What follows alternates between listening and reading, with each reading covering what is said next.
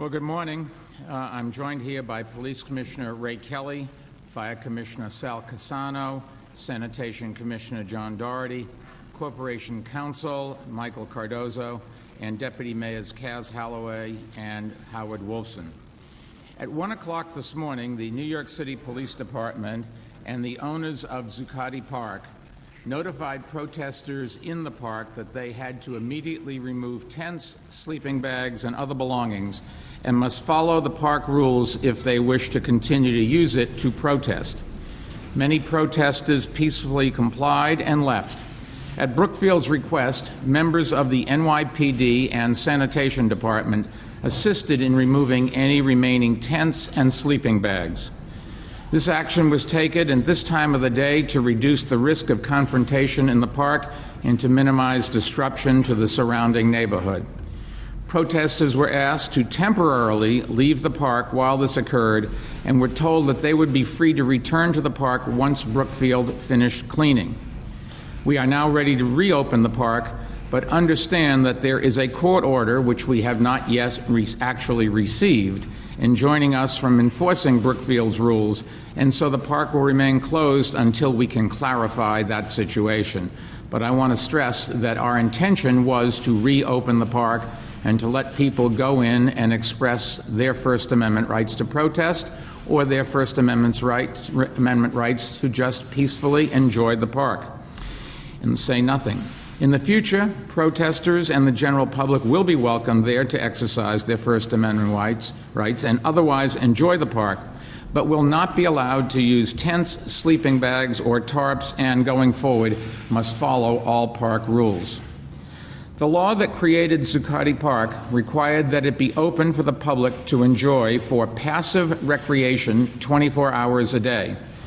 Ever since the occupation began, that law has not been complied with, as the park has been taken over by protesters, making it unavailable to anyone else. From the beginning, I've said that the city has two principal goals: guaranteeing public health and safety and guaranteeing the protesters' First Amendment rights. But when those two goals clash, the health and safety of the public and our first responders must be the priority. And that is why several weeks ago the city acted to remove generators and fuel that posed a fire hazard from the park. Over time, I've become increasingly concerned, as had the owners of the park Brookfield Properties, that the occupation was coming to pose a health and fire safety hazard to the protesters and to the surrounding community. We have been in constant contact with Brookfield, and yesterday they requested that the city assisted in enforcing the no sleeping and camping rules in the park. But make no mistake, the final decision to act was mine and mine alone. The park has become covered in tents and tarps, making it next to impossible to safely navigate for the public and for first responders who are responsible for guaranteeing public safety. The dangers posed were evident last week when an EMT was injured as protesters attempted to prevent him and several police officers from helping a mentally ill man who was menacing others. As an increasing number of large tents and other structures were erected, these dangers increased. It has become increasingly difficult even to monitor activity in the park to protect the protesters and the public, and the proliferation of tents and other obstructions created an increasing fire hazard that had to be addressed. Now, some have argued to allow the protesters to stay in the park indefinitely. Others had suggested that we just wait for winter and hope the cold weather drove the protesters away. But inaction was not an option. We could not wait for someone in the park to get killed or to injure another first responder before acting. Others have cautioned against action because enforcing our laws might be used by some protesters as a pretext for violence. But we must never be afraid to insist on compliance with our laws. Unfortunately, the park was becoming a place where people came not to protest, but rather to break laws, and in some cases to harm others. There have been reports of businesses being threatened and complaints about noise and unsanitary conditions that have seriously impacted the quality of life for residents and businesses in this now thriving neighborhood. The majority of protesters have been peaceful and responsible, but an unfortunate minority has not been.